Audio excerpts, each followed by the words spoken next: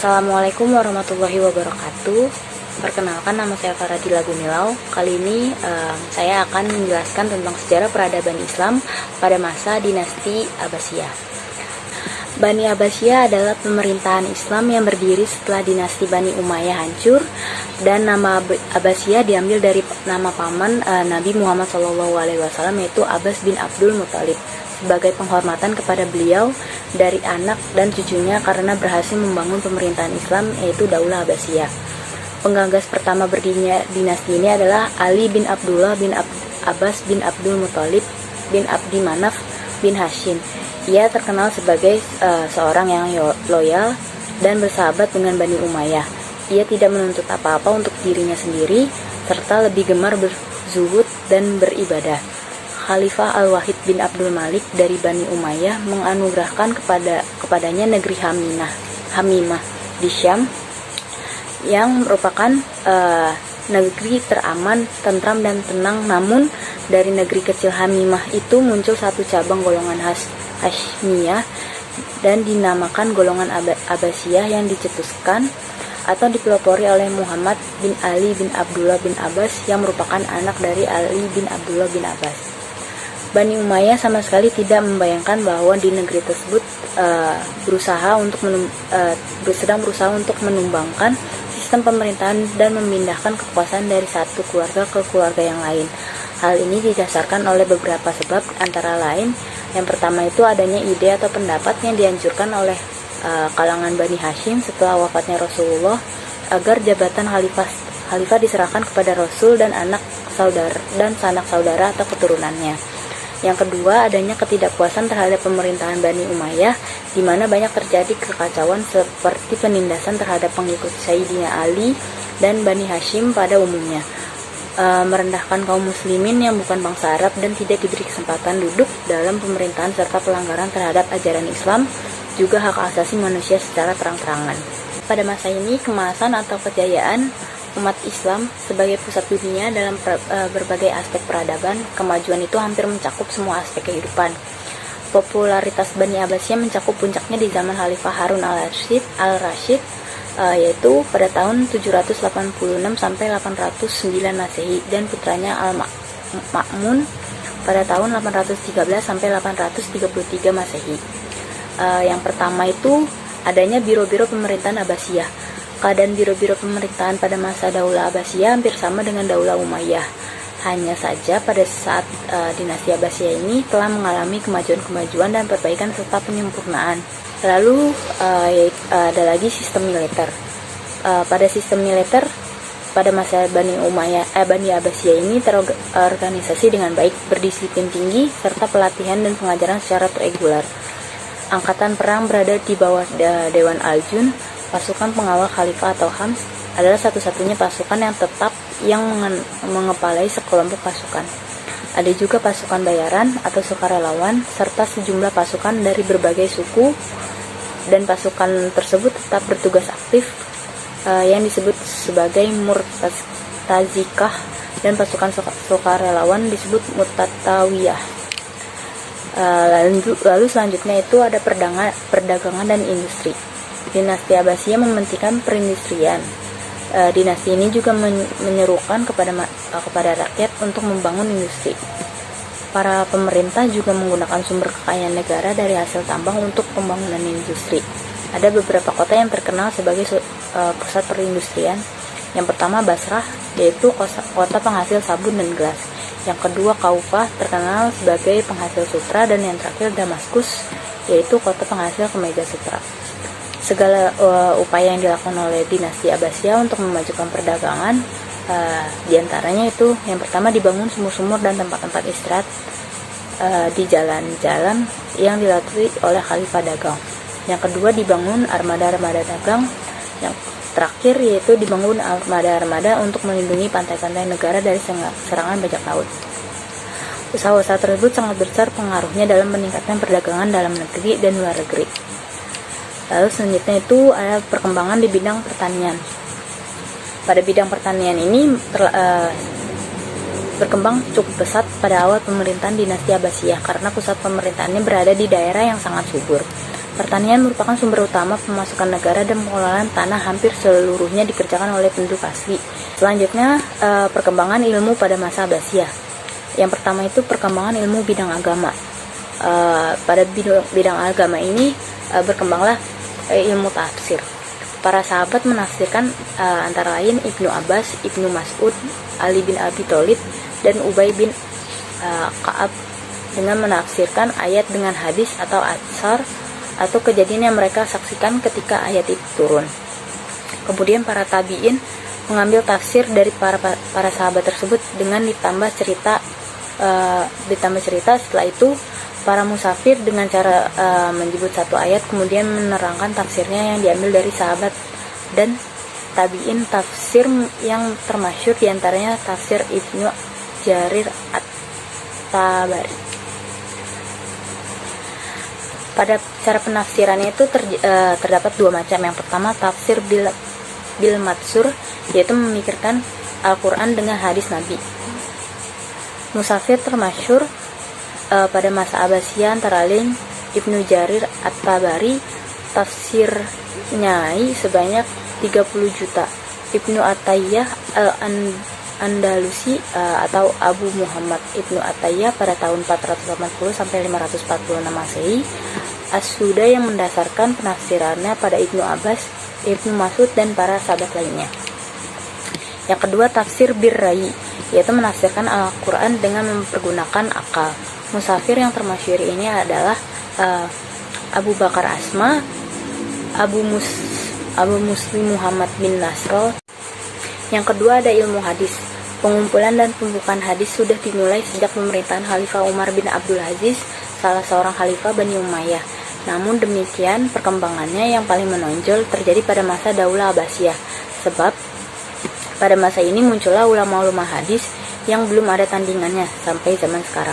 Di antaranya yang terkenal adalah Imam Bukhari yang telah mengumpulkan hadis sebanyak 7.257 hadis, serta setelah diteliti ditemukan 4.000 hadis sahih, semuanya terkumpul dalam bukunya Sahih Bukhari. Imam Muslim terkenal dengan bukunya Sahih Muslim.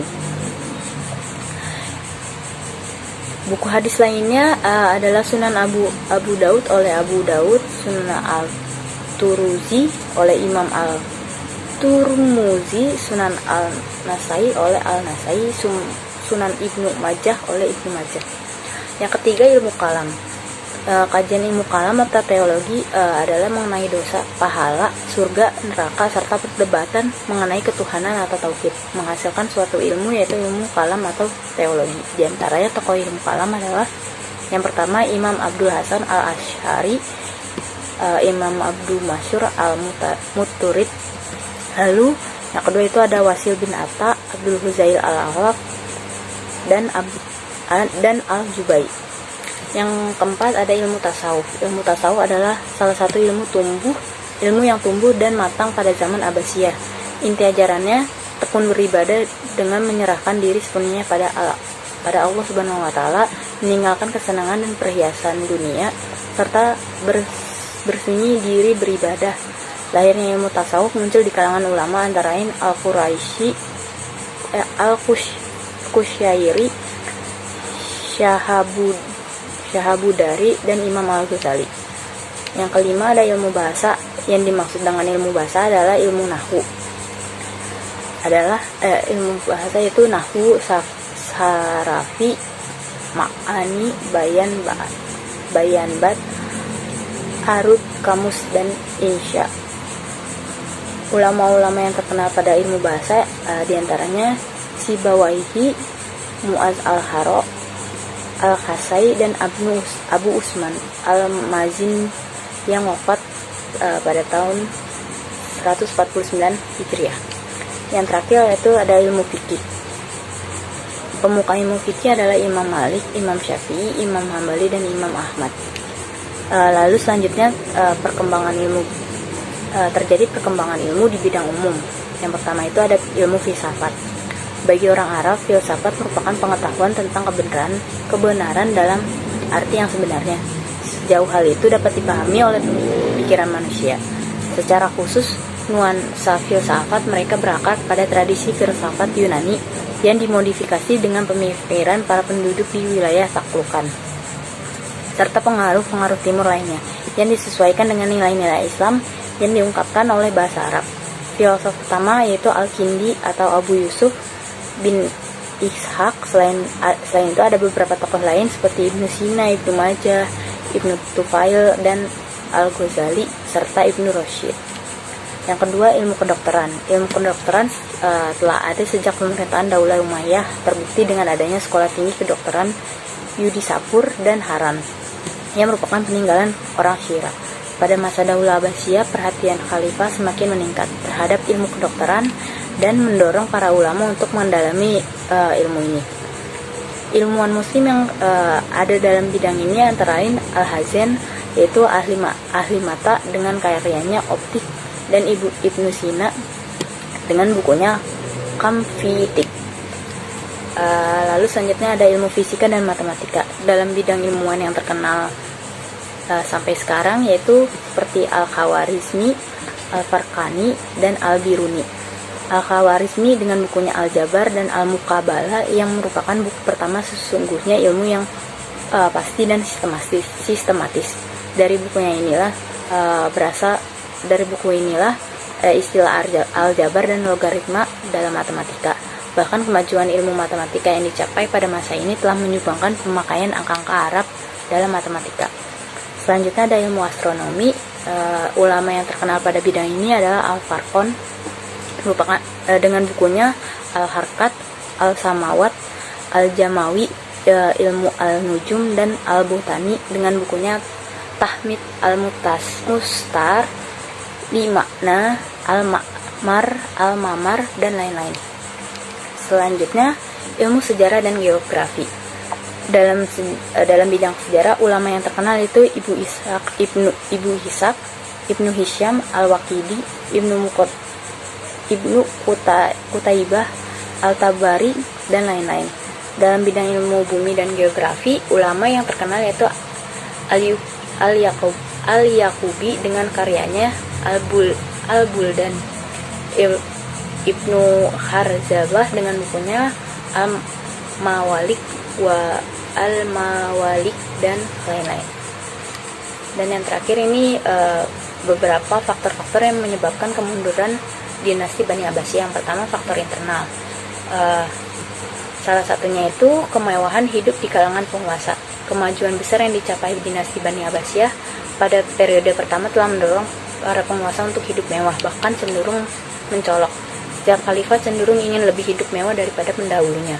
Lalu yang kedua, perebutan kekuasaan antara keluarga Bani Abbasiyah. Perebutan kekuasaan ini dimulai sejak masa Al-Ma'mun dan Al-Amin. Setelah Al-Mutawakkil wafat, pergantian khalifah pada periode kedua Abbasiyah, hanya 4 orang khalifah yang wafat dengan wajar. Lalu yang terakhir ini, konflik keagamaan.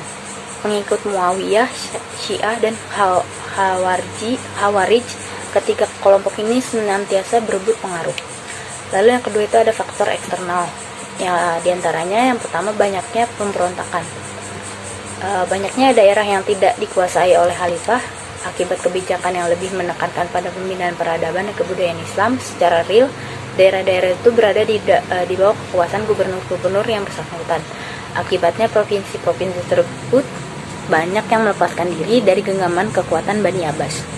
Lalu yang kedua itu dominasi bangsa Turki. Sejak abad ke-9, kekuatan militer Abbasiyah mulai mengalami kemunduran. Sebagai gantinya, para penguasa Abbasiyah mempekerjakan orang-orang profesional di bidang kemiliteran, khususnya tentara Turki. Akibatnya tentara Turki berhasil merebut kekuasaan mereka walaupun khalifah masih dipegang oleh Bani Abbas. Yang ketiga, dominasi para bangsa Persia. Pada awal pemerintahan Bani Abbasiyah, keturunan Persia bekerja sama dalam mengelola pemerintahan. Pada periode kedua pada pergantian khalifah dari Khalifah Muttaqi kemudian kepada Khalifah Muthiye pada tahun 334 Hijriah, Bani Buyyah berhasil merebut kekuasaan.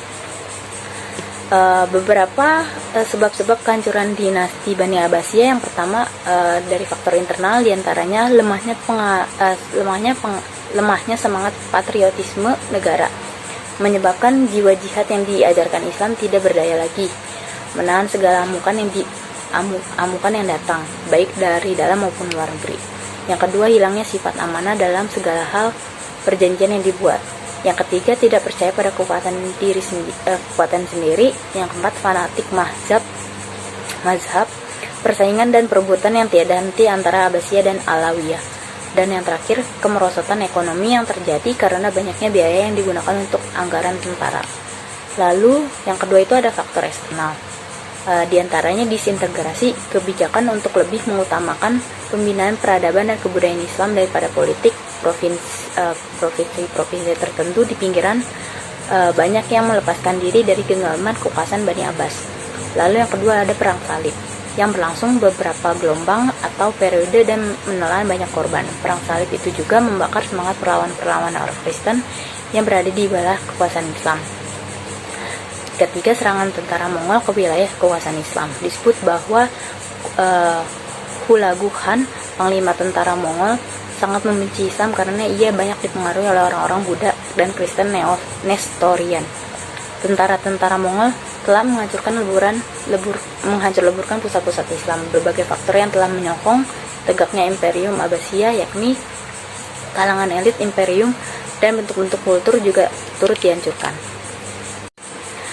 Kesimpulannya, pada masa Bani Abbasiyah adalah masa di mana Islam mengalami kemajuan dan mencapai peradaban yang gemilang. Dalam sejarahnya, di mana pada masa ini dikenal berbagai ilmu pengetahuan dan teknologi berkembang pesat, baik di bidang agama maupun ilmu umum. Kemajuan di bidang militer, perdagangan dan industri, pertanian, dan banyak lagi perkembangan di bidang lainnya yang dicapai oleh dinasti Abbasiyah. Kemajuan tersebut menjadikan dinasti Abbasiyah dipandang baik di dunia Islam, serta kemajuan di bidang ilmu pengetahuan dan menjadikan derajat Islam semakin populer di mata dunia dan membuktikan bahwa Islam memiliki para ulama yang cerdik dan berkuasa di dunia pendidikan. Bahkan di antara mereka, para ulama tersebut ada yang sampai sekarang masih digunakan karya-karyanya, sehingga mereka itu dijadikan sebagai pedoman agar tidak keluar dari ajaran sesungguhnya. Di antaranya ilmu tafsir, hadis, fikih, filsafat, matematika, geografi, dan lain sebagainya. Setelah itu, kejayaan Islam pada masa Bani Abbasiyah mencerminkan bahwa Islam adalah agama yang luar biasa. Pada masa Bani Abbasiyah merupakan zaman kemasan yang pernah dimiliki oleh kaum muslimin, di mana pada zaman ini mengalami perkembangan ilmu yang sangat pesat. Namun pada saat akhir dinasti Abbasiyah itu juga mengalami kemunduran yang disebabkan oleh banyak konflik internal dan eksternal, diantaranya konflik antar bangsa, kemerosotan ekonomi, konflik keagamaan, ancaman dari luar. Bahkan Eropa pun seolah-olah tidak berdaya menghadapi kemajuan Islam, terutama di bidang iptek, walaupun pada akhirnya kejayaan Islam runtuh juga. Sekian dari saya. Wassalamualaikum warahmatullahi wabarakatuh.